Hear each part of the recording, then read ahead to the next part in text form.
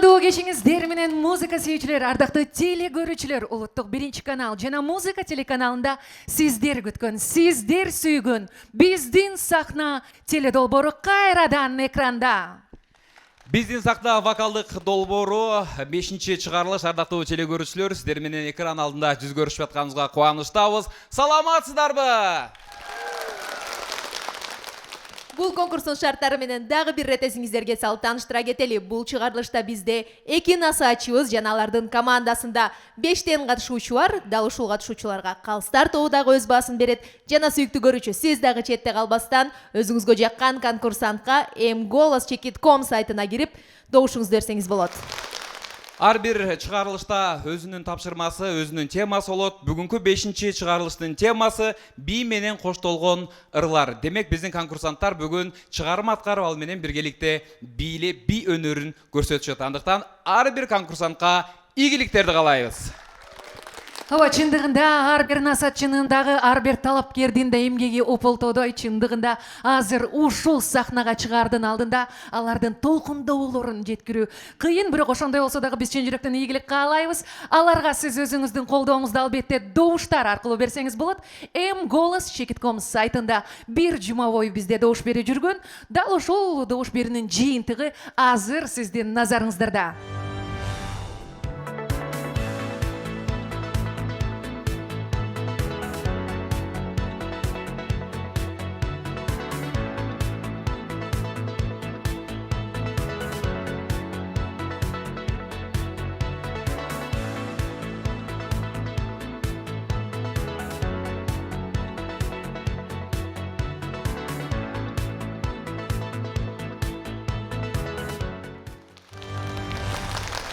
Дал ушундай жыйынтыктарга күбө болдук. Биз менен чогуу болгон ар бир көрүүчүбүзгө ыраазычылык билдиребиз дагы. Бүгүнкү чыгарылышта өз баасын бере турган Калстар тобу менен таанышалы. Калстар тобунда бизде 3 инсан, мыкты инсандар. Ал эми Калстар тобу эң төмөн дегенде 6 упай, жогорку упай бул 11 болуп эсептелет. Андыктан Калстар тобунун мүчөсү, Кыргыз Республикасынын эмгек сиңирген артисти, көптөгөн конкурстардын лауреаты, эстрадабыздын жаркын жылдызы, эстрадабыздын ажарлуу айымы Жылдыз Осмоналиева. Кол чабуулар болсун. Кош келипсиз, көргөнүзгө кубанычтабыз. Жылдыз айымга ыраазычылык билдиребиз. Кийинки Калстар тобунун мүчөсү, белгилүү ырчы, продюсер, маданияттын мыкты кызматкери Өмүрбек Андарбеков биз менен. Кол чабуулар болсун. Рахмат айтабыз. Ал эми Калстар тобунун 3-чү мүчөсү, Кыргыз Республикасынын маданиятынын жана билим берүүнүн отличниги, Сейтек улуттук балдар жана өспүрүмдөр борборунун балет майстери, мугалими, ошондой эле Кыргыз Республикасынын би мугалимдер эл аралык союзунун өкүлү Нурлан Намазбеков. Ар бир Калстар тобун көргөнүзгө кубанычтабыз. Мен ойлойм, бүгүнкү чыгарылышта чыныгы калыстык кылып бересиздер деген ишеничтебиз. Андыктан ардактуу теле көрүүчүлөр, Калстар тобу даяр. Ал эми биздин көрүүчүлөр даяр болсо бир катуура кол чаап коюңуздар. Биз анда уланталы.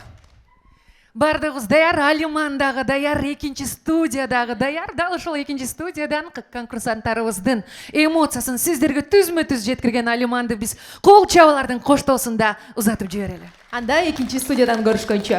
Алиманды узатабыз. Алиман, бийлеп. Бүгүн бизде тема би менен коштолгон ырлар. Андыктан биз дагы бүгүн бийлеп турабыз. Албетте конкурсанттарга колдоо көрсөткөнгө биз даярбыз. Андыктан биз баштадык.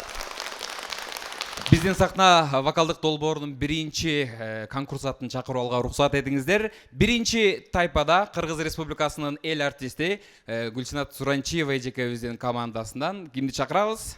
Өзү 15-те болсо дагы таланты менен миллиондогон жүрөктөрдү багындырганга жетишип келаткан 1-чи талапкерибиз сахнада Адинай Талайбекова. Саламатсыздарбы? Мен өткөн чыгарылышта Титаник кинофильмден болсо My Heart Will Go On ырдагам. Бул Селин Диондун ыры. Мага аябай жакты жана чоң рахмат айтам.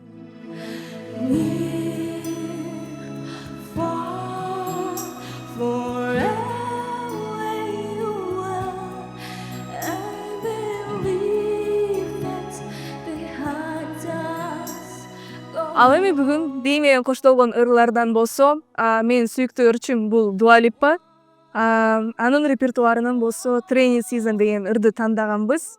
Жана аябай жакшы даярдандык бийчилер менен. Береке группага чоң рахмат айтам. Жана мени колдоп коюңуздар.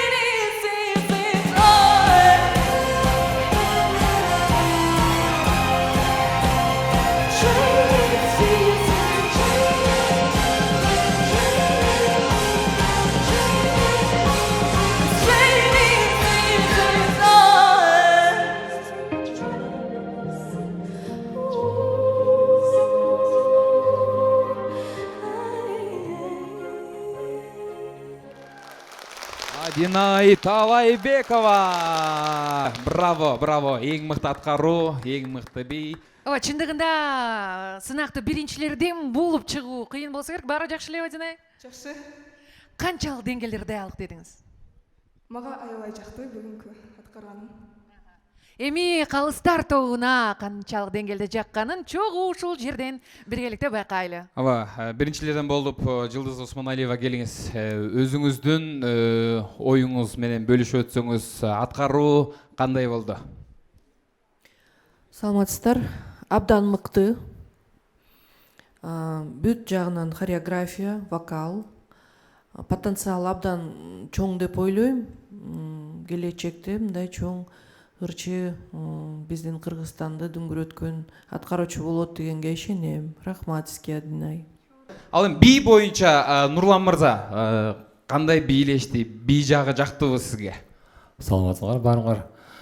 Мага би бийчилер менен контакт жетпей койду. Адинай больше вокалга берилип кетти. Кээ бир жерден адашып кетиптин. Бирок вокал боюнча, конечно, мыктысың. Чоң рахмат айтабыз. Өмүрбек мырза, келиңиз. Жылыз эжекем конкурстарга катышуу жолун биринчи Кыргызстанда эстрадада салып берген инсандардан, анан биз дагы ошо эжекелердин, байкелердин жолун улап конкурстарга барганбыз. Эң биринчи сахнага чыгуу бул өтө оор.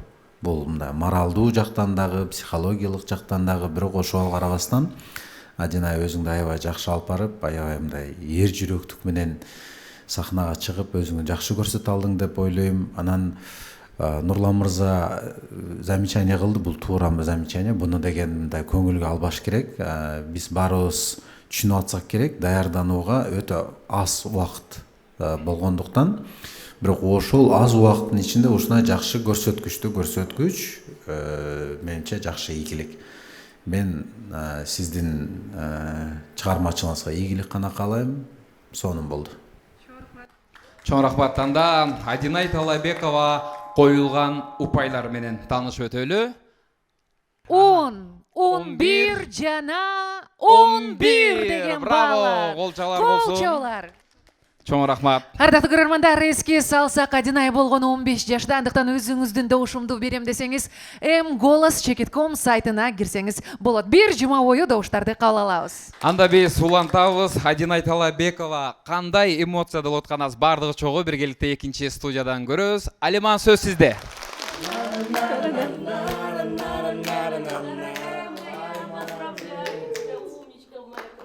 Бүгүнкү 5-чи чыгарылышта эң алгачкылардан болуп өз өнөрлөрүн көрсөткөн Адинай Азамат, сизге кандай болду? Өзүңүзгө аткарганыңыз жактуу? Калыстар тобунун берген баасына ыраазысызбы? Мен ыраазымын, жана өзүмдүн аткарганымды мага жакты. Даярдыктар кандай болду? Сонун болду? Жакшы болду, мага аябай жакты, алар менен бийлеп. Мыкты. Гүлзина насаатчысы катары сиз эмне дейсиз? Мен дагы бүгүн Адинайдын биринчи болуп ачыш дагы өзүнчө сыноо.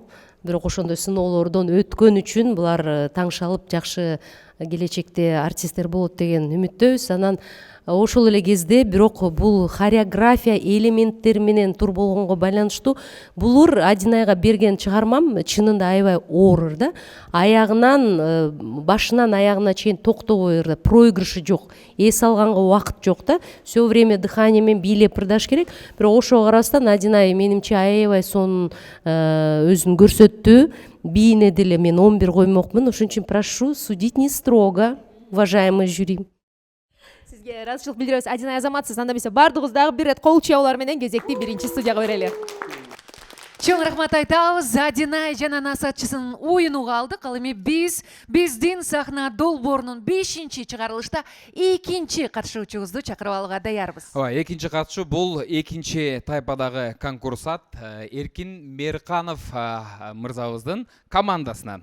Өзү жашоодогу урааны сыналорго эч качан сынбаш керек деген сөздү бекем карманып, бул сынакка өтө жоопкерчиликтүү менен аракет кылып жаткан кийинки катышуучубуз сахнада Байбол Алтыбай уулу. Ассаламу алейкум жалпыңыздарга. Биз өткөн чыгарылышта кинофильмдерден саундтректи ырдаганбыз. Мирдек Атабеков агабыздын кыялымдасың деген чыгармасын аткаргам. Парень моей девушки деген кинодон саундтрек болчу. Жакшы болду. Эң жогорку балдарга илиндим. Сиздерге колдооңуздарга чоң рахмат.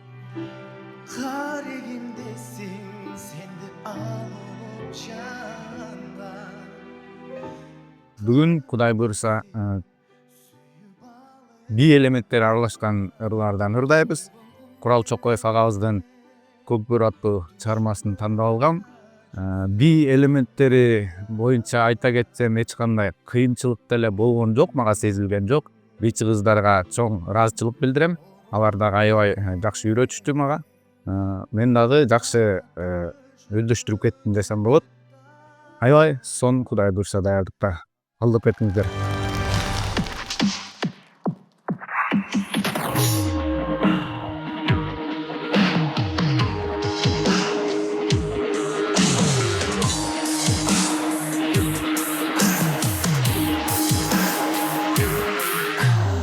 Altındadı çiğittin tergini örsür Hala doğdu biriktin al boyunu göksür Kuturat sürüdün kırgız oğlana Algamay gel aldım de vata verin vatasın 50 yıllık baştalganda bu kumar Terler suday koyulup kolduğunlar çuğla Eşin çirip iki kut çalgağıştı Hacal detken ulakta alakanları kağıştı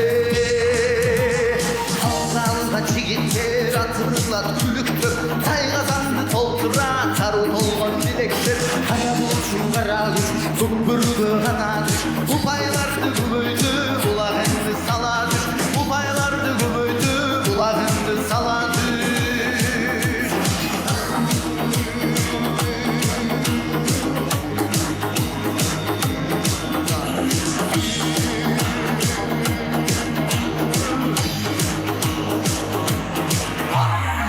Sakalda kıytırıp, caş yigitler ışkırıp Toru açan ulaktı, takımına kıstırıp Külü deli şıkkılıp, külüp barı kıpkırıp Kızı geldi taymasın, külüp törün çapkırıp Buna jigi çar dimdik, ulak canı tartıldı Aldı gitti gökbörü, kanası kalkındı Tulparındı top top top, tuyak üçün cobot top Kızı gelgende, kızılgansı tobot top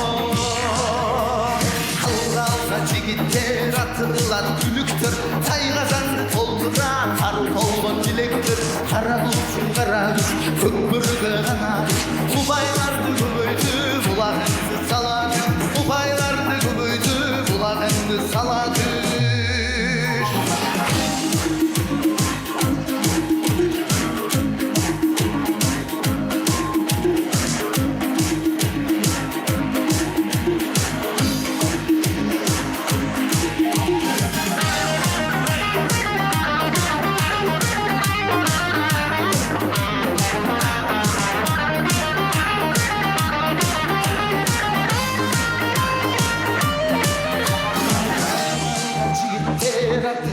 Külüktür, kaygısandı toldıra tarut olgan bilektir Kara buluşun kara düş, kupburgu kana düş Bu baylardı güvüydü, bulağındı sala düş Salnalıga çigitler atırlar külüktür Kaygısandı toldıra tarut olgan bilektir Kara buluşun kara düş, kupburgu kana düş Bu baylardı güvüydü, bulağındı sala düş Bu baylardı güvüydü, bulağındı sala düş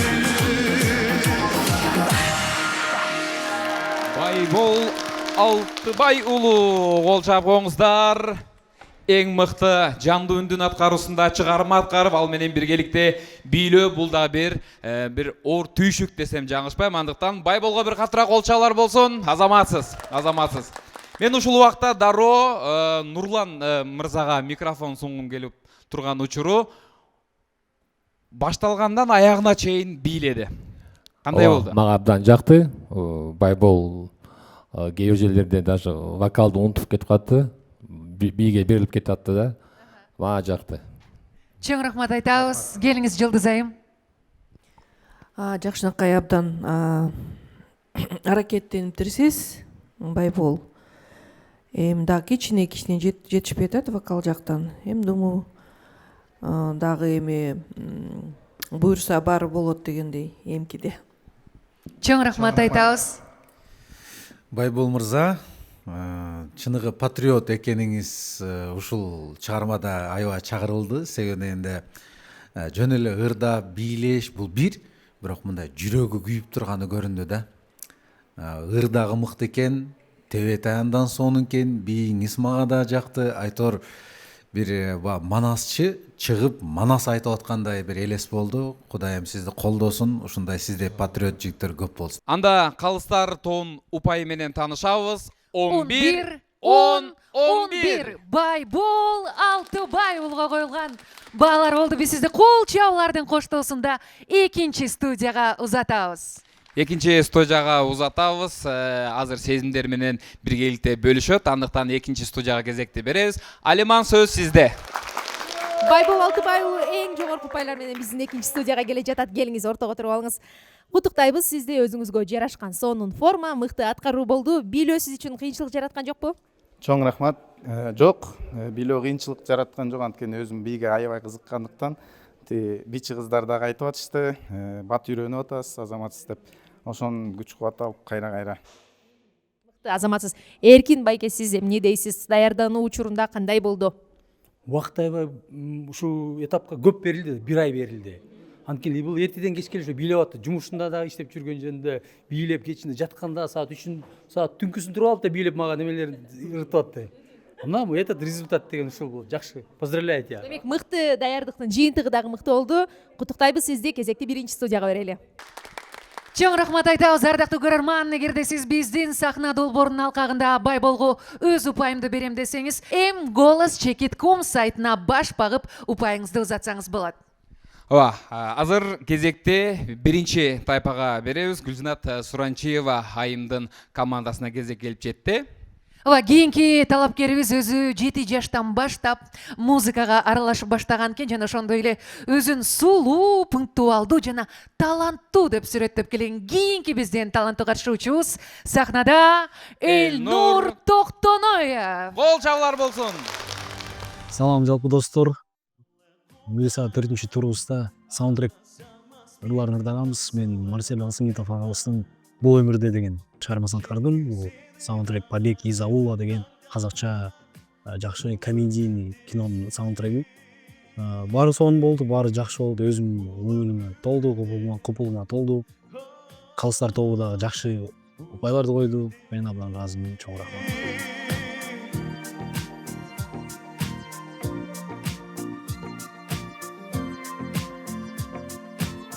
Ал эми бүгүн хореографический элементтер менен номер даярдаганбыз. Танец под дождем деген номерин даярдадык. Буюрса жакшы болуп атат, сонун болуп атат. Кыйынчылыктар болду. Өзүм негизи чын кезинде бийменен алектенгем, бирок көптөн бери постановка кылып бийлей элеккем. Жамчы оор болду, бирок жакшы даярдадык. Буюрса мени колдойсуздар деген ишеничте.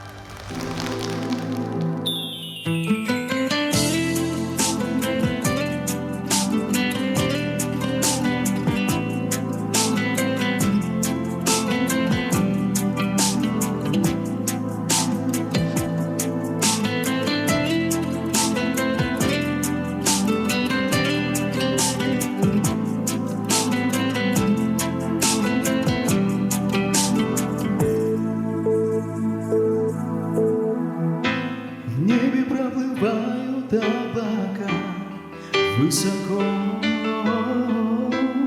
и за ними скрылась вдруг луна. Отчего? Ветер в паре желтою листвой кружится над землей. И по черным камешам зонтов ветер звонкий наиграет старый джаз станов. Что же с ним? На асфальте мокром от дождя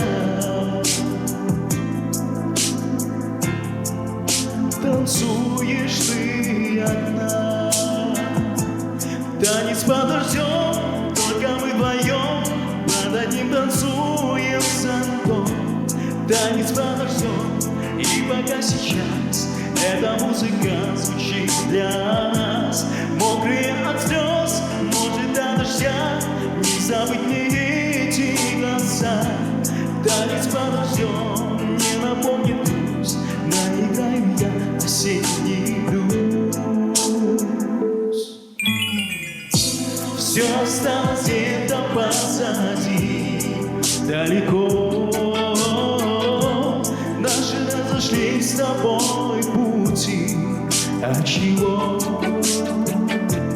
Памяти печального дождя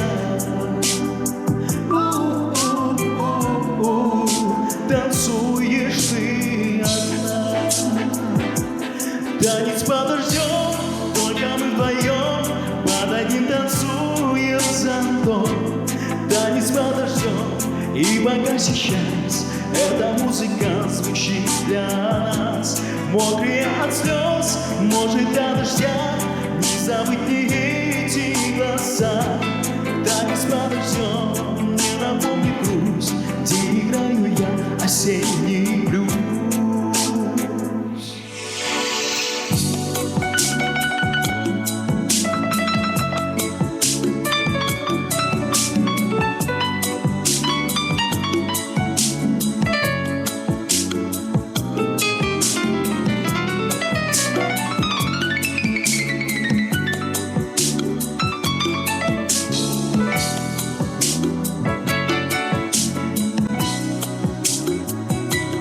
Танец подождем, только мы вдвоем под одним танцуем сантом. Танец подождем, и пока сейчас эта музыка звучит для нас. Мокрые от слез, может до дождя, не забыть мне эти голоса. Танец подождем, не напомнит грусть, где играю я осенний блюз. Танец подождем, только мы вдвоем под одним танцуем сантом. Танец подождем, и пока сейчас эта музыка звучит для нас.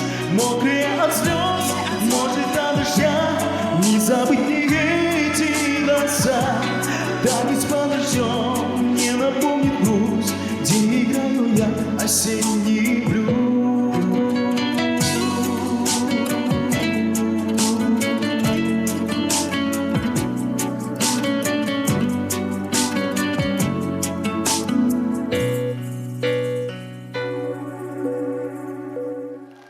Эльнур Токтоноев алдыңыздар да өзгөчө романтика жамгырга толгон мыкты аткаруу болду. Чындыгында азыр эми бул аткардын аркасында кандай баалар? Береке би ансамблине кол чабуулар болсун. Браво, айындар чоң рахмат. Келиңиз ортого Эльнур. Сону Кайгага мыкты. чотобуз. Анан мен ушул жерден калыстар тоонуна дароо сурагым келип атат. Өмүрбек мырза Эльнур дап жаткан убакта кошулуп, чогуу бийлеп атты да.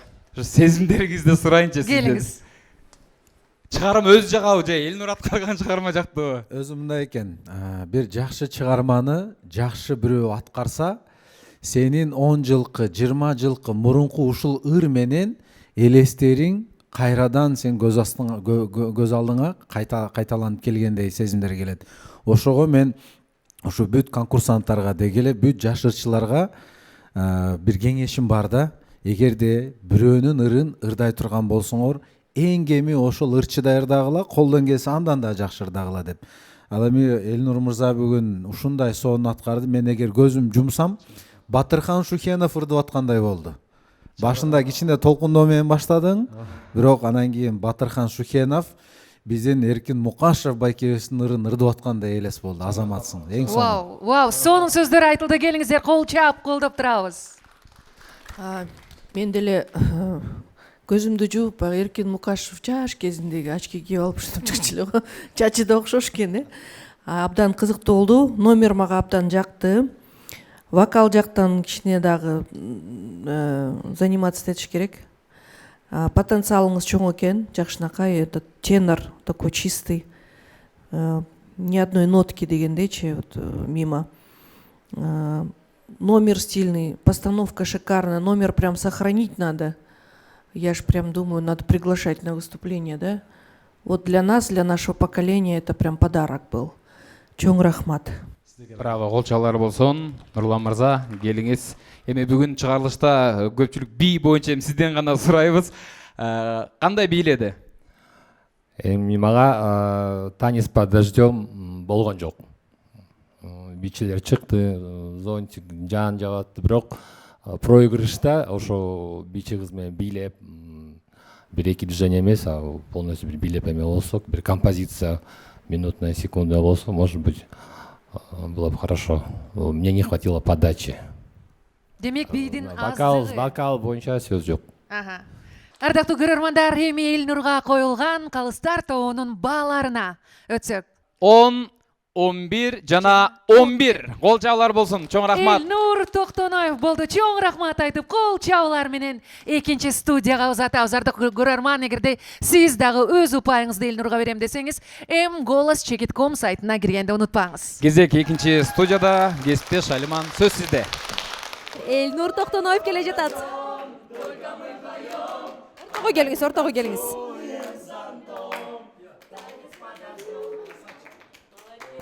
азаматсыз. Элнур мырза, сонун болду. Чындыгында эле жамгырдын астында бардыгыбыз бийге түшүп аткандай эле болдук. Өзүңүзгө жакты окшойт бул номер. Өзүмө ыр да жагат, номер да жакты. Артында бийлеген Береке бийчилер тобуна да чоң рахмат, абдан ыраазымын.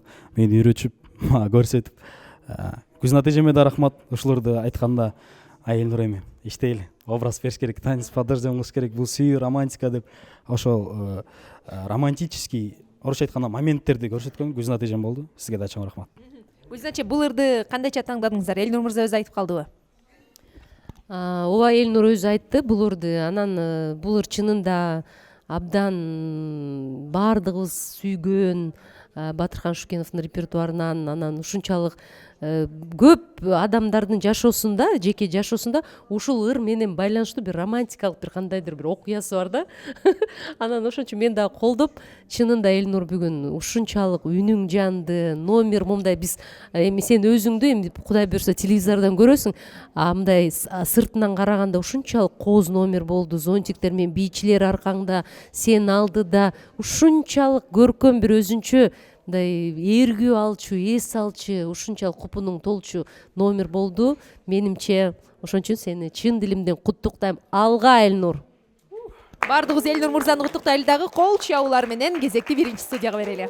Улуттук телерадио бир корпорациясы жана музыка телеканалында биздин сахна вокалдык долбоорунун 5-чи чыгарылышы. Бүгүн бизде тема бий менен коштолгон ырлар. Бүгүнкү конкурсанттар бийлеп, ал менен биргеликте ырдоодо.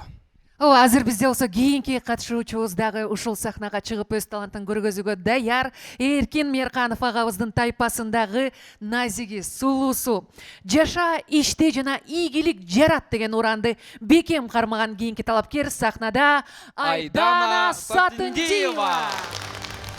Саламатсыздарбы?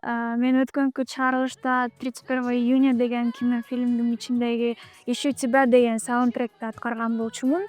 Аны жакшы аткардым, мыкты деңгээлде аткардым. Калыстар тобуна жакты десем болот. Мен ойлойм, бул кызыбыз тормуз теппейт болуш керек. Юрий Неге дегенде азыркы чыгармасы ушундай орусча айтканда грамотно аткарылды да. Ал эми бүгүнкү чыгарылышка мен Ким билет деген Жидеш Идрисованын аткаруусундагы чыгарманы даярдадым. Ошол колдоп коюңуздар.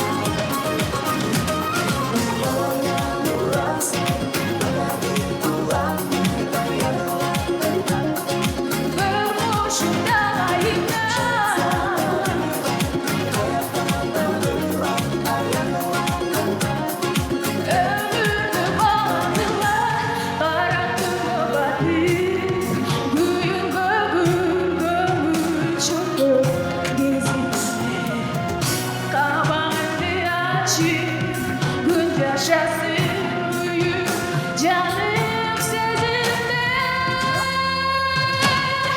Ceylanla Her bir gün ağlam düşem bayrağına Dalvalla Dal beni bağlı kuş karmalla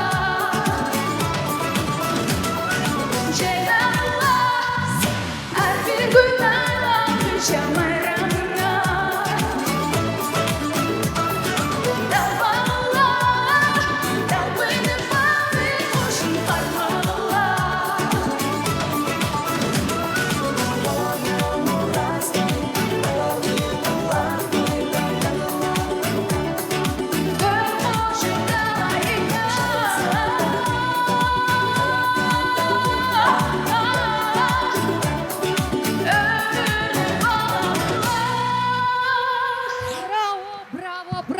Айдана Сатындиева алдыбызда болду. Чындыгында өзү назик кичинекей кыз болсо дагы менимче жюрилердин көңүлүн таап алды окшойт. Келиңиздер шаңдыра колдоп коелу.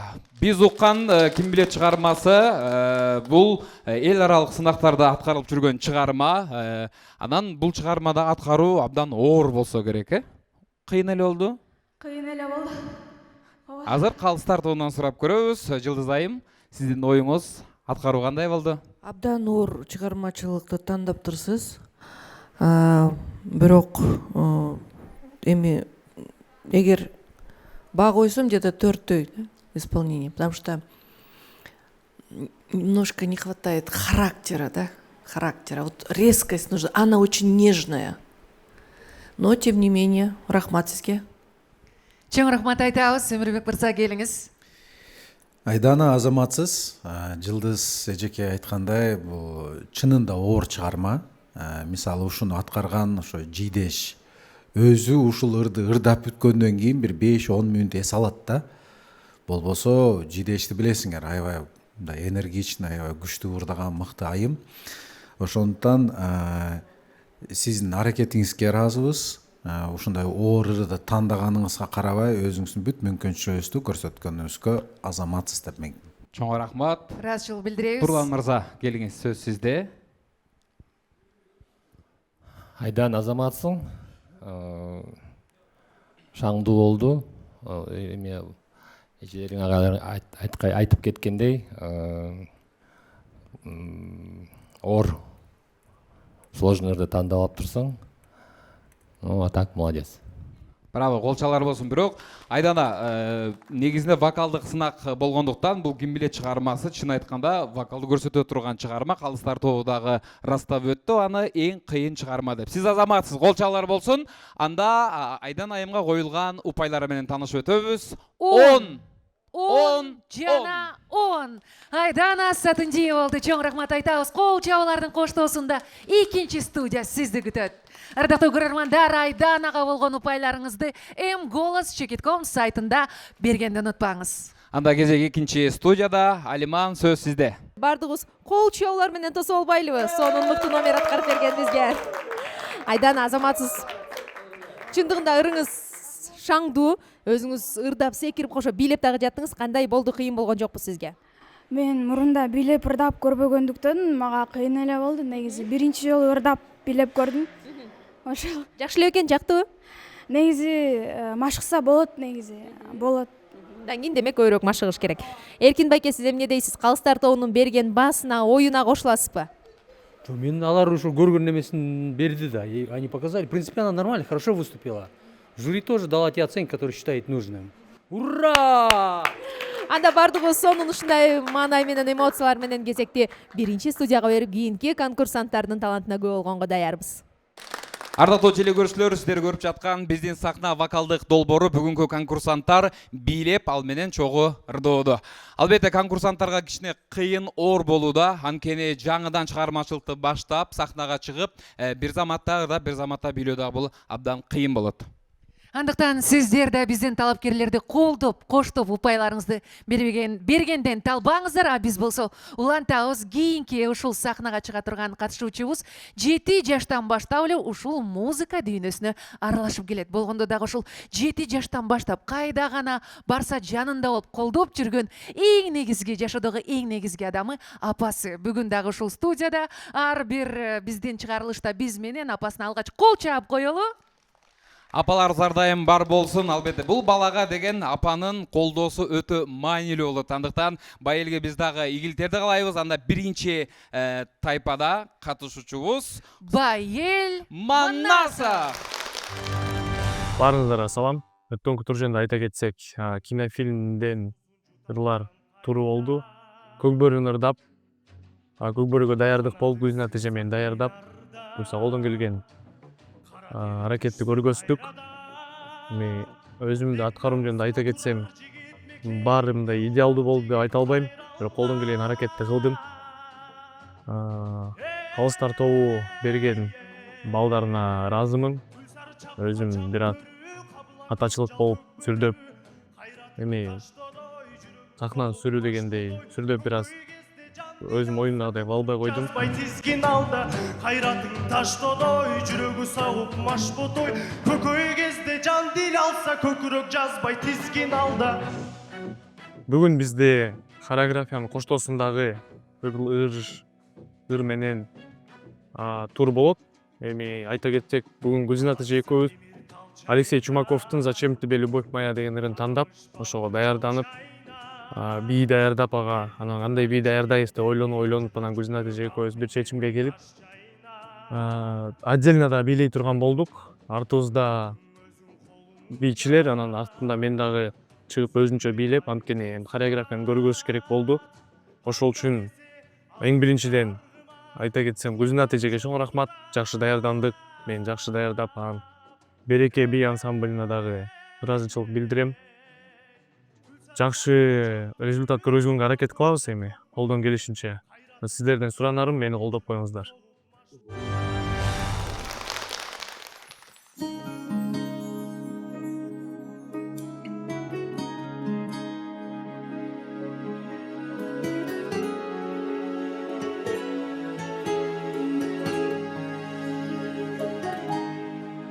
Завтра новый день начнется, болью в сердце отзовется, как тебя мне разгадать и навек не потерять.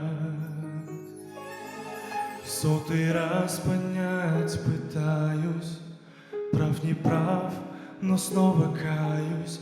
Ну за что на душу соль? Ты моя родная боль. Видит Бог, я не пойму, за что и почему. Скажи, зачем тебе любовь моя, зачем тебе весна моя, а самом главном мне скажи, скажи, зачем тебе мечты мои, зачем тебе все сны мои, прошу тебя, не нужно жить. Так устал я ошибаться, сам себе боюсь признаться, что разбито не сложить, надо просто дальше жить. Только сердце тихо шепчет, боль потерь ничто не лечит. Ну и пусть на душе зла терпится родная боль. Видит Бог, я не пойму, за что и почему. Скажи, зачем тебе любовь моя, зачем тебе весна моя, а самом главном мне скажи, скажи, зачем тебе мечты мои, зачем тебе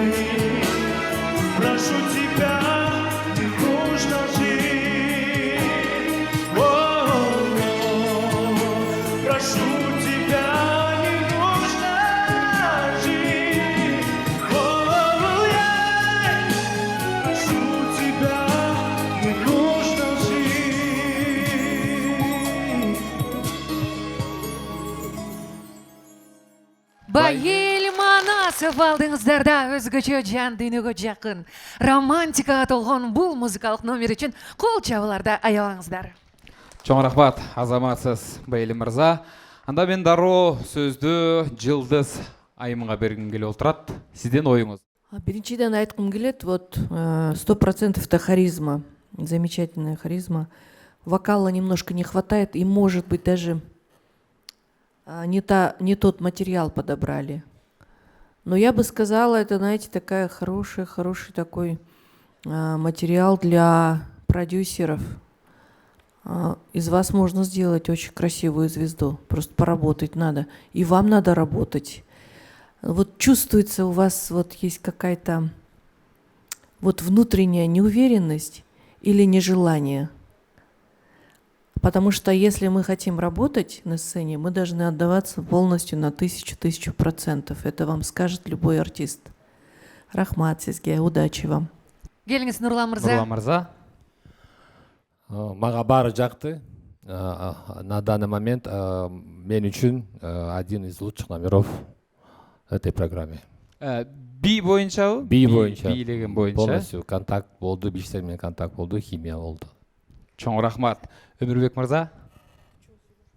Өзү Нурлан мырзаны мындай айтып коюш керек, уюштуруучулар өтө мындай красавчик хореографты чакырып алганда, ошого башка конкурсанттар эгер 10 деген бааны алып атса, бул дагы болсо аябай чоң жетишкендик. Ал эми бүгүнкү айтып мага жакты дегени бул демек бүгүнкү номер, бүгүнкү би чыныгы ошо деңгээлде болгон. Байел боюнча ыр, эң мыкты ыр, Чумаковдун ырын 100% ырчы болсо, ошонун бир 30% ырдай алат. Себебен Чумаков дагы күчтүү вокалисттердин бири. Жалпы номер мага жакты, анан Жылдыз эжекем айткандай эң мыктысы харизма. Ошонун баарында толуктоп иштей турган болсо, ойлойм кыргыз эстрадасы эле эмес, эл аралык деңгээлдеги ырчылардын тизмегине кошулсаңыз болот. Чоң рахмат. Чоң рахмат. Нурлан мырзага микрофон сунсак, контакт деп атасыздар, ошо контакт кандай контакт келип атат сизге? Контакт бичилер менен болду да. Баягы мен эме күтүп аттым да, азыр бир ыр бүтүп калып, проигрышта бир жана дуэт конкурстан чыкпады. Мисалы жакта жөнүнө туруп билеп койду да, бул жерде кыз менен бийлеп туруп, анан коштошуп, анан кайра образдарды беришти да, ошол жерлер жакшы болду. Браво, кол чабуулар болсун. Чоң рахмат арачык билдиребиз. Эми Байел Манасовго коюлган упайлар менен таанышалы. 11 кол чабуулар. Чоң рахмат арачык билдиребиз. Анда сизди экинчи студияга узатабыз. Албетте, экинчи студияга кезекти берер алдында насатчыларга ыраазычылык билдиребиз. Биринчи тайпада бул Гүлзина Суранчиева, экинчи тайпанын насатчысы Эркин Мейрканов. Жалпы насатчылар сиздерге ыраазычылык билдиребиз. Кол чабуулар болсун. Байел Манасовду кол чабуулар менен, өзүнүн аткаруусундагы ыр менен тосуп алабыз. Азаматсыз, Байел мырза, биз бул жерде туруп калыстар тобу эмне деген ой айтып укпай калдык. Эмне дештиги айтып бериңизчи. Калыстар тобу бүт эле жакшы деди, негизи, бирок бир аз иштеш керек деди. Жылдыз эжеке бир аз иштеп, харизма жакшы деди. Хореография жагынан баары жакты деди. Ошол даярданып, Гүлзина эже даярдап мени бүт урушуп репетицияда харизманы көргөз, көзүңдү жаппай мындай ачылып иште деди. Ошол айткандарын баарын кылдым деп ойлойм. Ошол. Азаматсыз, Гүлзина эже анан ырга эле эмес, анан кийин бийди кошо үйрөткөн кандай болот экен? Балдар үчүн бул конкурстун ошонусу менен жакшы да. Ар бир конкурстун талабына жараша буларда кадимкидей өздөрүн башка жактан сынашып, көп нерсеге үйрөнүп атышат. Ошого конкурстун уюштурган негизи туура талаптар коюлгандыгы абдан кубандырат. Анан бул Байел жөнүндө айтсам, Байел бүгүнкү сенин аткарууң мага абдан жакты. Чынында бүгүн Байел чын жүрөгү менен жанагы мен айткандай сахнага чыгып туруп биринчи нотаңдан баштап прям жашап, ырдап, ошого ырдын мазмунуна жараша кайгырып деген ошондой көп сөздөрдү айттым эле, ошонун баардыгын аткарды. Байел, азаматсың, мен сени бүгүн чынында чын жүрөгүм менен сыймыктанып турам. куттуктайбыз дагы бир жолу баардыгыбыздан да кол чабуулар менен кезекти биринчи студияга кесиптештериме узатам. Сіздер көріп жатқан ардактуу теле көрүүчүлөр, биздин сахна вокалдык долбоору дагы бир жолу эскертүү иретинде айтсам болот. Өзгөчө бүгүн чоң эмгек кетти. Анткени биринчи тайпадагы таланттуу мырза айымдардын артында бийлеп жаткан булар Береке би ансамблі, ал эми экинчи тайпанын артында бийлеп жаткан бул эксклюзив би ансамблі. Бийчилерге дагы ыраазычылык иретинде бир кол чаап койсок болот ардактуу теле көрүүчүлөр. Биздин сахна долбоорунун 5-чи чыгарылышы уланууда. Кийинки сахнага чыга турган биздин катышуучубуз өзү 15те болсо дагы элиме кызмат кылуу менин башкы милдетим деген чоң максатты жолдоп алып азыр ушул сахнага чыгууга даяр турат. Болгондо да жалпыбызды алыскы Индияга алып барып келүүгө даяр. Анда эмесе кол чабуулардын коштоосунда сахнада Оксана Аматбекова. Саламатсыздарбы, урматтуу көрүүчүлөр. Мен өткөн чыгарылышта кино фильмге эсимде деген ырдырдадым. Мен жюрилердин койгон баасына аябай ыраазымын. Себеби жетекчиме мен өзүмдүн өнөрүмдү көрсөткөндүгүм аябай бакыт болду.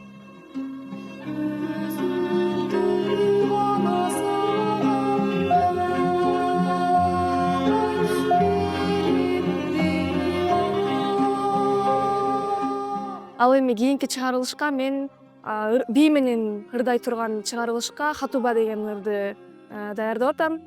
Бий менен бул ырды негизинен эле мен өзүмдүн сопрано үнүм дагы бар экенин көрсөткүм келди.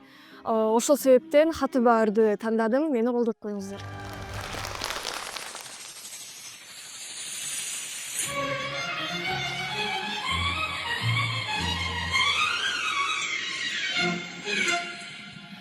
Хатуба, Хатуба, Хатуба, Хатуба, Хатуба, о, Хатуба, Хатуба, Хатуба,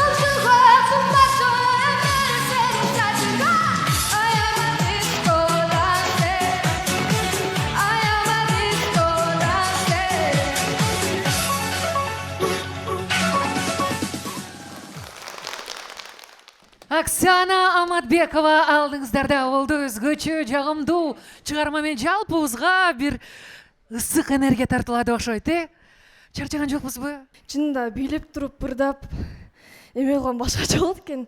Анан еще башкача үндө ырдагандыгым үчүн да башкача болуп. Кандай болдуңуз ошондо?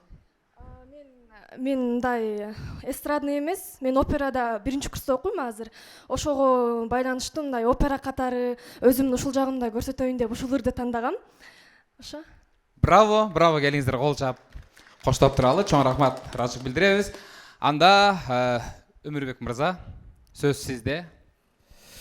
Репертуар тандоодо мындай ар бир адамдын, айрыкча биздин мындай 40 жаштан өйдөнкүлөрдүкү Индия менен байланыш аябай бекем да. Сен ушу индийский кино, индийский ырлар менен чогойгонбуз.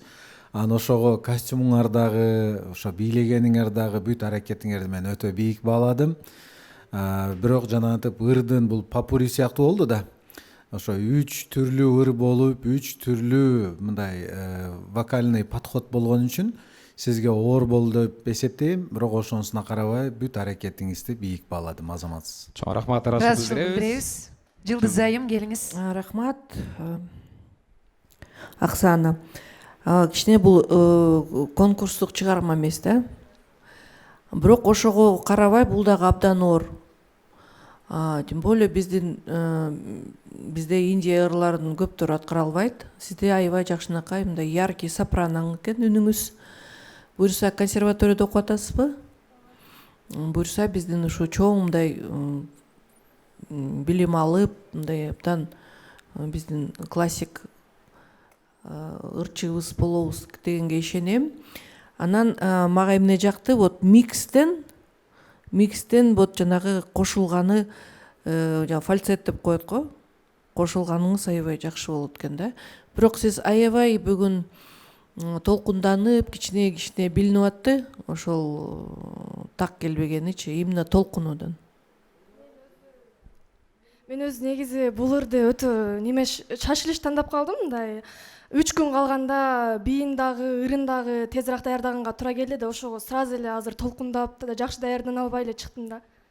Ой, эми чын айтканда бүгүн калыстар тобунда чыныгы профессионалдуу инсандар отурат. Сиздердин алдыңыздарда да ырдоо биздин конкурсанттар үчүн кичине толкундоо жаратып атат. Ошондо сиз азаматсыз. Кийинки сөз Нурлан мырза, келиңиз. Оксана, менин оюм мындай болот. Бул деген конкурс, телевизионный конкурс. Анан любой конкурста конкурсанттарга бир талаптарды берилет. Анан ошону аткарыш керек. Анан мен 3 күн калды, 2 күн жетишпей калдым деген болбойт. Мага бул жер жөнү бир шоу болду. Катышып конкурска чыкканым ошон үчүн азаматсың. Рахмат, анда. Чоң рахмат, ыраазычылык билдиребиз. Кезекти упайларга берели. Оксана Аматбекова берилген баалар 9, 10 жана 10. Браво. Ошого карабай кол чабуулар менен Оксана кызыбызды экинчи студияга узатабыз. Ардактуу көрөрмандар, эгерде сиз упайыңызды Оксанага берем десеңиз, анда mgols.com сайтына баш бакканды унутпаңыз. Кезек экинчи студияда Алиман, сөз сизде. Кол чабуулар менен тосуп алалы, келиңиз. Ортого келиңиз, Оксана. Бул ырды аз убакыттын ичинде даярдап калдым деп едиңизби? Башка ырды даярдап аттыңыз беле? Жок, ойлоно эле келем негизи. Канча күн алды бул даярдык? 1 ай алда отат. 1 ай мурун берилген, мен даярданбай, окума, көңүл буруп жүрүп, анан ушу 3 күн калганда бийге бардым. Ошол кезде ырдап, ошол кезде көрдүм да ырдапчы. Алга чейин мындай угуп эле жүрчүмүн, кызыгып. Эркин байке, сиз Оксана ырдап атканда айтып калып аттыңыз да, ай толкунданып кетти бул жерлерден депчи. Кайсыл жерлерден ката кетирип калды? По моему мнению, она просто на себя взяла очень роль танцовщицы. Она же поет же, надо было ей поменьше двигаться. Она немножко задохлалась, и тональска түшпей калып, и волновалась это, поэтому у нее 3:11 не получилось. Но ничего страшного, все нормально, отлично, поздравляю тебя. Азаматсыз анда бесе келиңиз, баарыбыз Оксанага кол чабуулдагы биринчи студияга кезектирели. Биздин сахна долбоорунун 5-чи чыгарылышы уланууда. Кийинки биздин катышуучубуз Гүлзинат Суранчиеванын тайпасындагы инсан десек болот. Өзгөчө өзүн жоопкерчиликтүү сезген, жашоом дагы, сүйүүм дагы, ураным дагы музыка деген сахнада Баяман Сонунбеков. Саламатсыздарбы жалпы көрөрмандар. Биз буюрса мынакей биздин сахна долбоорунда колдон келишинче талантты көрсөткөнгө аракет кылып атабыз. Биз буга чейин кинофильмдерден алынган саундтректерге же болбосо ушундай чыгармаларды ырдадык. Мен ал жакта Толондон канатымды кайрып алдым деген Нияздын чыгармасын аткардым. Буюрса баары жакшы, Кудайга шүгүр, эң жогорку бал алдым.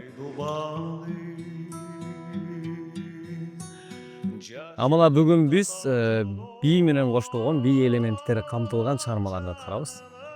Мен ойлойм, өзүм бийге жакын болбосом да колдон келишинче ошол береке бий ансамбли менен даярдандым. Колдон келишинче көрсөткөнгө аракет кылып, сиздерден сурагычы колдоп коюңуздар.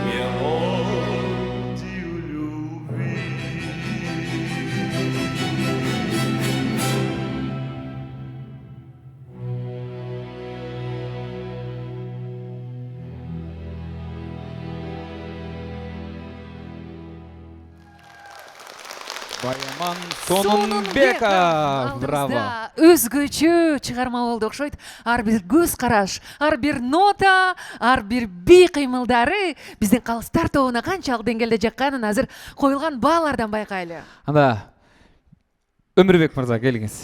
Мындай бир сезим болду да. Жаш катышуучулардын конкурсуна бүгүнкү күнү уже аты таанылып калган, артындагы опыту чоң бир конок келип ортодо бир ырдап, мындай конкурсант катары эмес. Себеби дегенде сахнада алып жүрүүсү, ырды тандаганы, көз караштары, жанагынтип шалды жерге чаап жибергени бүт уже мындай даяр артисттин деңгээлин көрсөтүп атат. Ошого Кудайым буйрса сиз жашсыз, дагы көп ийгиликтерди алда ишенем. Кудайым колдосун, ийгилик болсун. Чоң рахмат ыраазычылык билдиребиз. Жылдыз айым, келиңиз сөз сизде. Баяман дагы айтмакчы, оор чыгарманы тандаптырсыз. Кичине бул жакта мына вокалдык, техникалык нерселер жетишпей калды. Опора деген билесиз. Анан глиссанда да, Магомаев кандай аткарчу да, вот этот мягкость, спуск вот каждой песни, как скрипка поет. А так азаматсыз, куттуктайм. Чоң рахмат айтабыз. Нурлан мырза, сизде? Мага баары жакты. Мен больше баягы үндү кубатып, көбүнчө ошо Бийди карабай калыптырсызбы? Жок, карабаттым, бирок көбүнчө ошо вокалга эметип калыптырмын да. Анан бирок бир театрда, бир жерде отургандай болдум да. Мага жакты. Чоң рахмат айталы. Өзгөчө атмосфера жараткан Баяманга коюлган упайларды биргеликте байкайлы. Анда эмесе калыстар Баяман мырзага коюлган упайлар 11 жана 10. Чоң рахмат, ырас билдиребиз. Келиңиз, анда сизде экинчи студияга узатабыз. Албетте бул сонун упай экинчи студияга бара бересизби? Биз уланта берели. Чоң рахмат, Баяман мырзага ыраазычылык билдиребиз. Мен ойлойм, бул 11-10 деген бул да бир жогорку упай. Ооба, учурдан пайдаланып биз насатчыларга да чоң рахмат айталы. Себеп дегенде азыр чын жүрөктөн жан өрөп Гүлнат Суранчиева турат. Кезекти дароо Алиманга беребиз. Экинчи студия. Баяман Сонунбеков, ыраазычылык билдиребиз. Келиңиз. Сонун аткаруу болду. Жогорку упайларды алышыңыз менен куттуктайбыз. Кандай болду, өзүңүзгө жактыбы? Өзүмө жакты. Бизди колдогон Береке би ансамблине рахмат. Мындай би менен болгондо мындай ушул чыгарманын көркүн чыгарганга аракет кыла алдык да. Эгер би болбогондо балким мынчалык деңгээлде болмок эмес да. Анан ушуга чейин даярданган эң биринчи бул чыгарманы чынында ырдай албайм деп канча жолу айттым. Гүлнат эже жок, ырдайсың, ты сможешь деп ырдатты. Рахмат сизге. Бул жерде сахнанын артында Гүлнат эже отуруп алып, ай ушу Баяманды Кудай сактаса экен деп атты. Өзүңүз такталыр берип алып, анан кайра бир аз эмне болуп атты. Жок, Баямандын үнүнө, ошо туруш турпатына булар аябай жарашат да. Ошону мен ушу көрдүм. Ошондой болот деп, бирок сиз айткандай ошо жоопкерчиликти сезип, берерин берип алып, жоопкерчиликти сезгеним үчүн Кудайым сактай көр Баяманды, Кудайым ушу Баяманга жардам бере көр деп, чынында сиз көрдүңүз, мен кандай Кудайдан суранып отурдум. Баяман ырдап баштагандан аягына чейин Кудайдан суранып отурдум. Бирок Баяман, сен азамат баласың. Чынында сенин үнүңө Кудай берекени берген. Ошол берекең мындан ары көбөйүп, өрчүп, өсүп өнүгүшүнө мен чын дилимден тилектешмин. Сен чынында татыктуу вокалистсиң, татыктуу адамсың, татыктуу жигитсиң. Бардыгы сонун болду. Чоң рахмат. Сиздерге дагы рахмат, ыраазычылык билдиребиз. Дагы биринчи студияга кезек берели. Насатчынын ушундай колдоо сөздөрүнөн кийин менимче ар бир эле талапкер эң мыкты аткаранга даяр болсо керек. Ардактуу көрөрман, эгерде сизге дагы Баямандын аткаруусу жаккан болсо, golос.com сайтына баш бакканды унутпаңыз. Кезектеги конкурсантты чакырабыз. Экинчи тайпа Эркин Мерканов мырзанын командасы.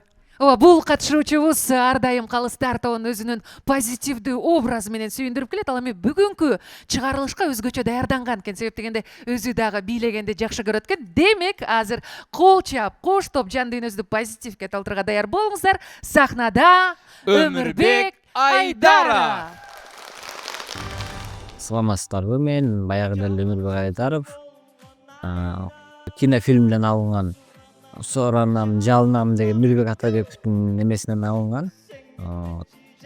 Баалары жакшы болду. Кеңештерин айтты, туура эмес жактарын айтты, вокал жагындагы кеңештерин айтты, тигиндей ырда, мындай ырда деп. Сага кеңеш берет элем, сольфеджи менен көбүрөөк иштеп, жана дыхание деген эме бар, дем алуу. Анан кайра аттан таштаба, ийгилик. жакшы болду. Кудайым буйрса махабат жок жаным деген чыгарманы аткарайын деп атам, Кудайым буйрса. Хореография боюнча мага аябай оор болду негизи. Бийлеш, ырдаш, аябай движение келтириш да кыйын болду. Мени колдоп кетиңиздер. mgolos.com.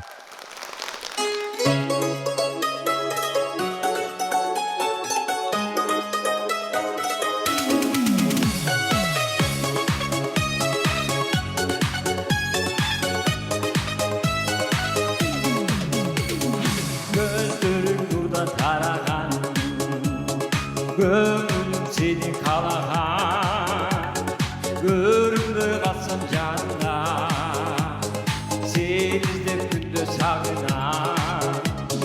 Gözlerim buradan taragan, gönlüm seni kalagan, görümde kalsam canına, seni de günde sağınan. Mahabat çok çok çok dedi canım, seni şükür ve canla verelim.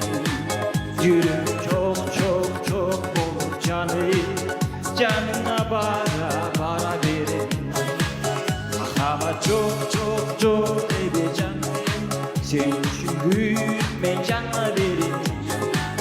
Yürüm çok çok çok bol canım, canına bara bara verelim.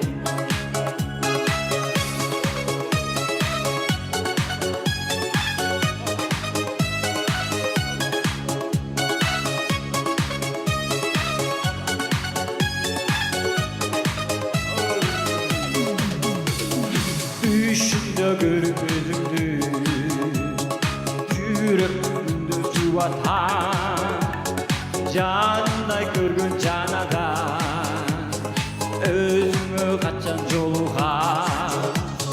Düşümde görüp özümdü, yüreğimde cuvatan, canımda görgün canadan, özümü kaçan jolugan. Hava çok çok çok dedi canım, seni şükür ve canla verelim. Yüreğim çok çok çok bol canım, canla bara bara verelim. Hey! Çok çok dedi canım, seni şükür ve canla verelim.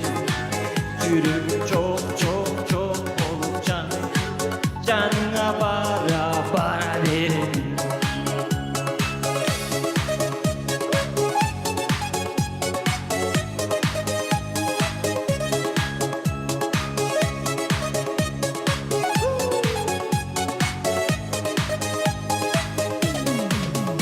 Hava çok çok çok canım, seni şükür ve canla verelim.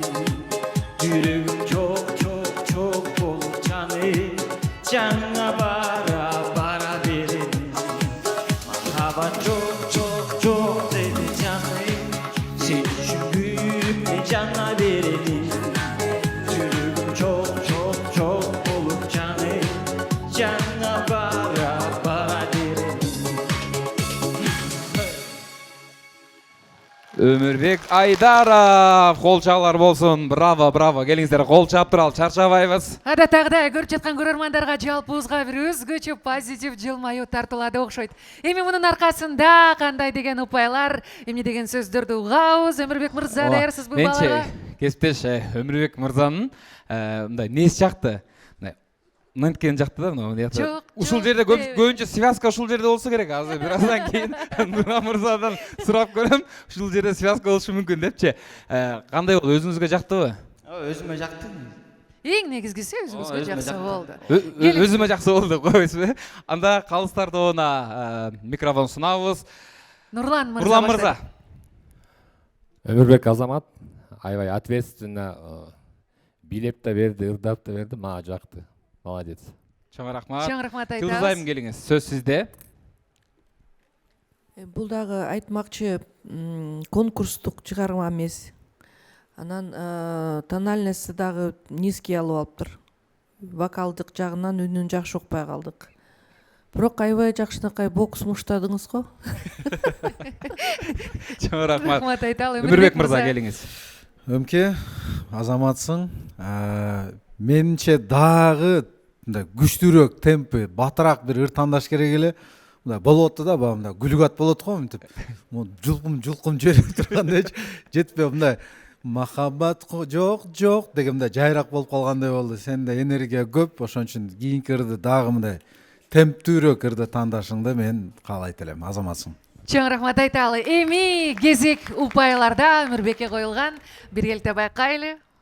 Упайлар 9, 10 жана 10. Браво, кол Чоң чабуулар рахмат болсун. айтабыз Өмүрбек Айдаров. Кол чабуулар менен узаталы. Эгерде ардактуу көрөрман сизге да Өмүрбектин өзгөчө аткаруусу жаккан болсо, анда Голос Чекитком сайтына баш багыңыз. Кезекте экинчи студияга беребиз. Алиман, сөз сизде. Кол чабуулар болсун. Өмүрбек мырзаны тосуп алалы. Өмүрбек мырза бизге ар бир чыгарылыш сайын өзгөчө маанай тартуулайт. Бул ырды кандайча таңдадыңыз? Өзүм позитивти, өзүм ошо позитивке эметкен үчүн тандагам. Тойдо жүргөндө бийлеп эле. Эми мындай элдин маанайын көтөрүп дегендейчи. Ошо. Эркин мырза, сиз эмне дейсиз?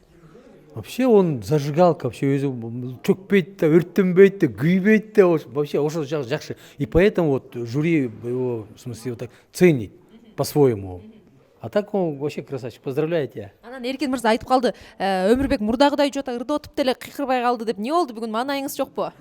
Маанайы бар, жакшы 5. 5 эле? Эч нерсени түшүрбөйбүзбү? Жок, жакшы, шүгүр. Сонун болсо келиңиздер, кол чабалы. Анткени ал бийлеп атты да. Ошо бар все его мысли только о танцах. Вот большинство. Экранга жетишпей калды. Да, он уже не успел уже. Макул, анда кол чабуулар болсун, биринчи студияга кезек берели. Ардактуу телекөрүүчүлөр, биздин сахна вокалдык долбоор 5-чи чыгарылыш экранга жактыраак келиңиздер. Анткени бүгүн конкурсанттар өз таланттарын көрсөтүп жаткан учуру бир гана вокалдык сынак эмес, бүгүн биздин конкурсанттар бийлеп дагы өнөрүн көрсөтүүдө. Чындыгында бул чыгарылышты кийинки катышуучубуз аябай күткөн болчу. Себеп дегенде ар дайым эле буга чейинки чыгарылыштарда өзүнүн харизмасы, бийин көргөзүп келсе, бүгүн менимче 200% көргөзүүгө даяр болсо керек. Буга чейин 10 кесипти алмаштырып, эми мына ырчылыкты тандап жаткан кийинки катышуучубуз сахнада Жанат Рыскул. Кинофильмдеги чыгармалар соңуна келип жетти. Ошо берейин деген идея, берейин деген образ, айтор бүт жагынан окшошту. Гүлзат эжемдин жардамы өтө чоң болду. Анткени найди какой-нибудь образ пьяного человека деп айтканы бар. Мастын ролун жаратып деген. Болгону кыйынчылык эмнеде болду? Көздүн маскалашы оор болду. Анан буюрса калыстардан жакшы ой уктук, жакшы пикир уктук. Тандалган номер дагы жакшы, аткаруучулук, чеберчилик да жакшы, баардыгы жакшы. Рахмат. Бул бүгүнкү берүүнүн эң корутундуу номери жакшы ушул болду деп ойлойм да. Мен эң күчтүү номерди аягына калтырган окшойсуңар. Бүгүнкү номер тууралуу айта турган болсом, чын айтайын оор болду. Даярдан өтө оор болду. Анткени мен Восточка деп коет эми. Мындай нерселерди көрбөгөн жаным, ырларды көрбөгөн жаным өтө эле кыйын болду. Мен негизи өзүм мындай кичине башкачараак чыгармаларда көнүп калгам. Анан бийчилер менен дагы даярдан өтө оор болду. Анткени деген визионияларды жазат. Ой. Эбей даярдандык айтор. Эми колдон келгенин көрсөтөбүз буюрса.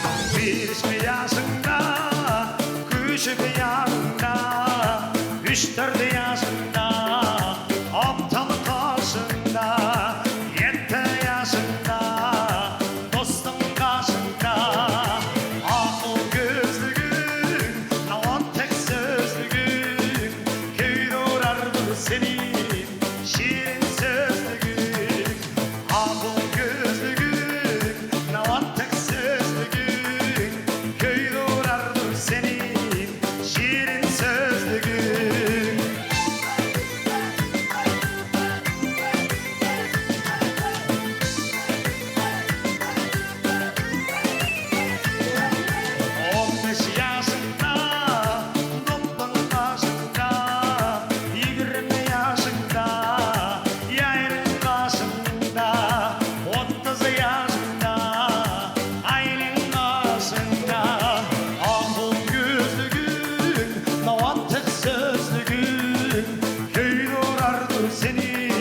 Şirin sözlüğün, ahım gözlüğün, navantık sözlüğün, köyde uğrardı senin şirin sözlüğün.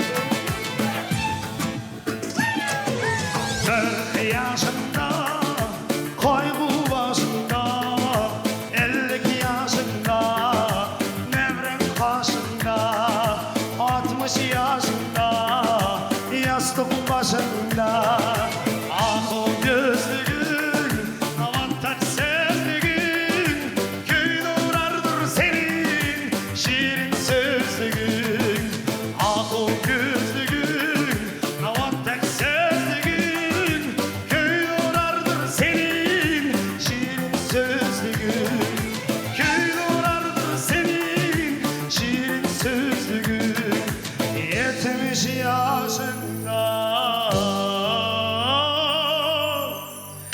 çevren karşında.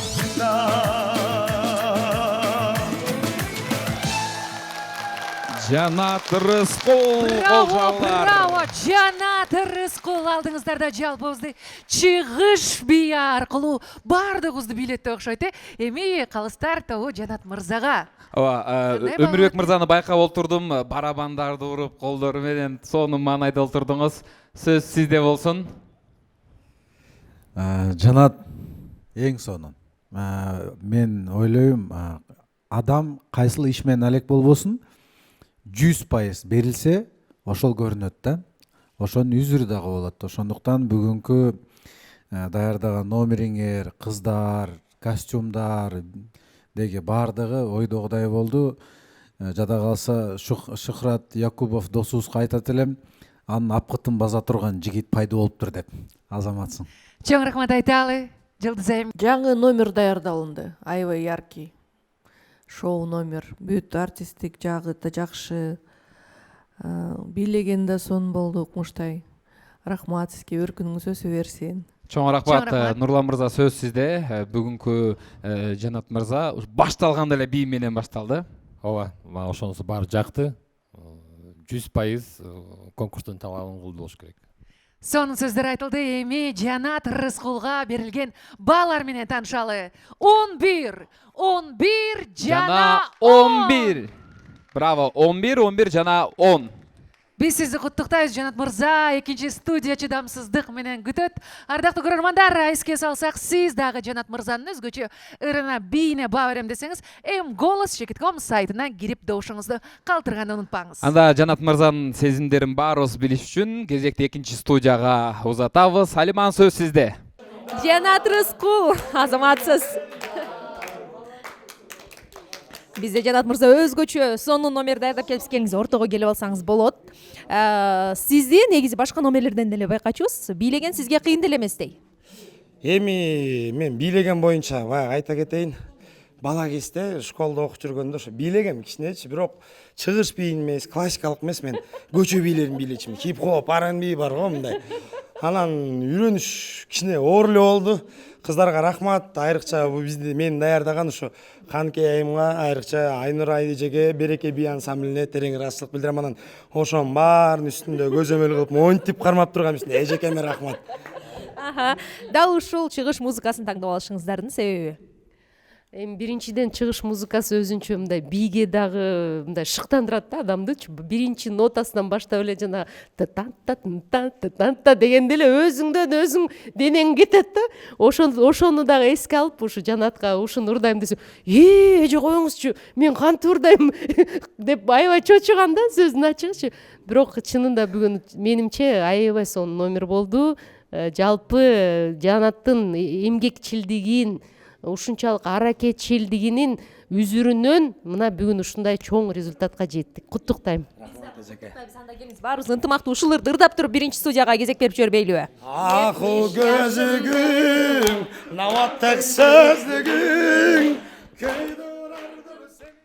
Мыкты, браво, кол чабуулар болсун. Экинчи студиядан Сонун Манайды бизде Сонун Манай менен улантып, би менен кабыл алдык. Ооба, алгач эле биринчи Гүлнат Суранчиевага рахмат айталы, канчалаган эмгек аны аткарган катышуучуларга да. А биз болсо биздин сахна долбоорунун 5-чи чыгарылышын улантабыз. Кийинки биздин катышуучубуз чындыгында чыдамсыздык менен күтүп жаткан жашоодогу ураны бул эч качан артка кайтпайм, кыялыма жетишим керек деген сөздү бекем кармаган катышуучубуз сахнада Жеңиш Алмазбеков.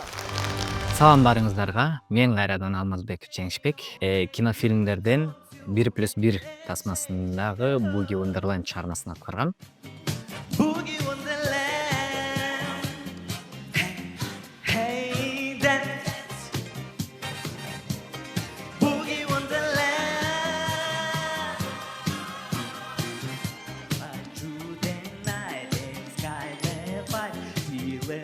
Өзүмдүн купулмат болду аткарганын мага жакты.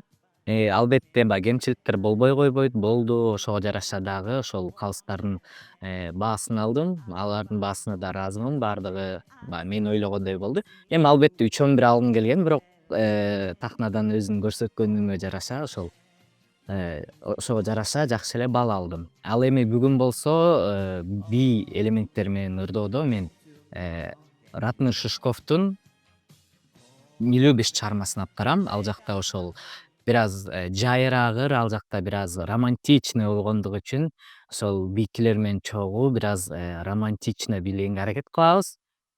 Эми аны ошол буюрса сахнадан көрөбүз, кандай ырдап, кандай бал алам. Ошого жараша колубуздан келген аракетти кылабыз бийлегип ырдаганга. Ал эми ошол мен ырдаганым, бийлегеним жаккан болсо, мага mgolos.com сайтынан мага голос берип койсоңуздар абдан сүйүнөт болом.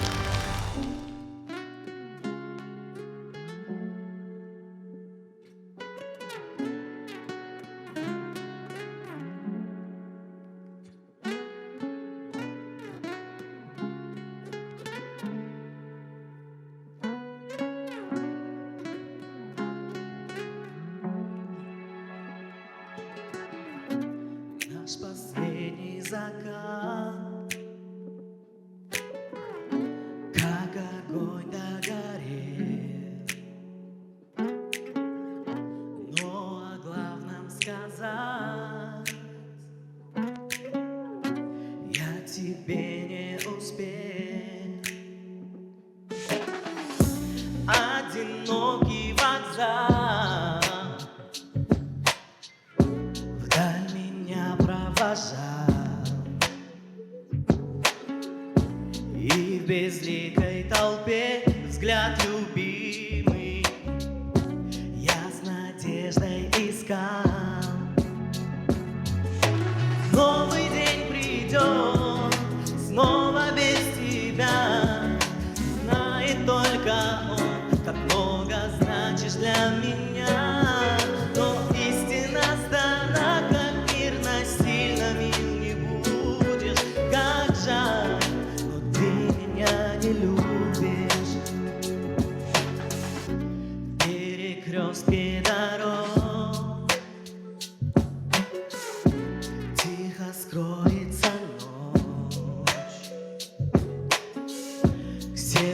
просто не хочет верить в то, что ты не придешь. Знаю, можно найти много разных причин, только боль остается болью. Я уеду один, новый день придет, снова без тебя. Знает только он, как много значишь для меня. Но истина стара, как мир, насильно мил не будешь. Как жаль, ты меня не любишь.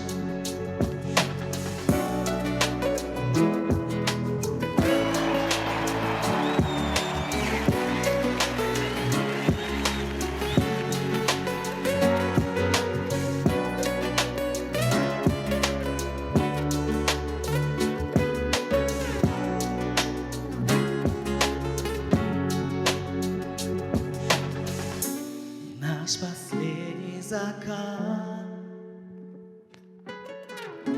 как огонь догорел.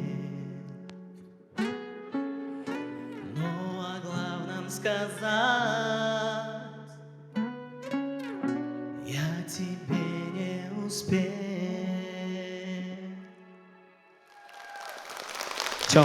Алмазбеков. Браво, браво, браво! Жеңиш Алмазбеков менимче өзгөчө кооз аткаруулардын бири болсо керек. Эми калыстар тобу кандай дейт? Биргеликте тыңдайлы. Жылдыз айым келиңиз. Жылдыз айым келиңиз. Сөз сизде. Жеңиш жакшы. Вокал жактан кичине жетишпей атат. Опора, ошол жактан көңүл буруңуз. Постановка жакшы болду. Куттуктайм. Чоң рахмат. Нурлан мырза келиңиз. Сөз сизде. Жеңиш Азамат, постановка баары жакты. Ушул программанын талабы боюнча ырчы бийди да көрсөтүш керек болчу. Ошон үчүн Жеңиш ырдын биринчи куплетинен баштап аягына чейин бийлептады, ырдаптады. Рахмат. Чоң рахмат. Өмүрбек мырза келиңиз. Жеңиш Азаматсың, мен өзү өтө чоң патриотмун. Бирок Доминик Джокерди мен аябай сыйлайм. Ана мындай караган Доминик Джокердин чачы өсүп калгандай эле болду да биякта. Ойлойм, Кудайым буйруса келечекте Доминик Джокер менен дуэт ырдаганга татыктуу, инсансыз, таланттуу жигитсиз. Сизге ийгилик болсун. Анда Жеңиш Алмазбековго коюлган упайлар 11, 10 жана 11. Жеңиш Алмазбеков, сиздер үчүн мыкты чыгарманы аткарды. Биз болсо кол чабуулардын коштоосунда сизди экинчи студияга жөнөтөбүз. Ал эми ардактуу көрөрман, сиз дагы өз упайыңызды берем десеңиз, mgolos.com сайтына баш багып добушуңузду Жеңиш Алмазбековго калтырсаңыз болот. Экинчи студияда кезек. Алиман, сөз сизде. Кол чабуулар менен келиңиз. Командабыз менен бардыгыбыз тосуп алалы. Шаңдуу келиңиздер. Жеңиш мырза, азаматсыз. Келиңиз. Өзгөчө костюмуңуз да сонун, өзүңүз да сонун мыкты чыгарма болду. Сизге жактыбы? Кандай сезимдер болду? Чоң рахмат, аябай жакты, өзүм күткөндөй болду. Бирок бир аз сүрдөндүм, бирок ошого карабастан өзүм күткөндөй ырдай алдым десем болот. Бийди кантип даярдадыңыз? Бутуңузду аркага бурган жерлерди. Билбейм, Кудайдан берилген талантка да ойлойм, ал деле. Демек, ыргада бийге да талантыңыз бар. Эркин мырза, сиз эмне дейсиз, келиңиз? Мага жакты. Полностью номер состоялся, я так считаю. Ну, просто есть какие-то, может, нюансы, пиано, форте, еще какие-то. Ну, в общем, хорошо. И, Джилдыз, спасибо большое тебе за твои оценки. Классные оценки, ты прям как идешка. Рахмат жоң, Жеңиш мырза биздин акыркы конкурсантыбыз болду. Биринчи студиядан көрүшкөнчө. Ардактуу телекөрүүчүлөр, биздин сахна долбоору 5-чи чыгарылыш. Бүгүн биз катышуучулардын бир гана вокалдык дараметин эмес, алардын бийлөө аракетинде көрө алдык. Калыстар тобу өзүнүн калыстык баасын да берди. Андыктан биз чоң рахмат айтып кетебиз. Бардык калыстар тобунун берилген добуштарын көрүү үчүн экранга көңүл буруңуздар.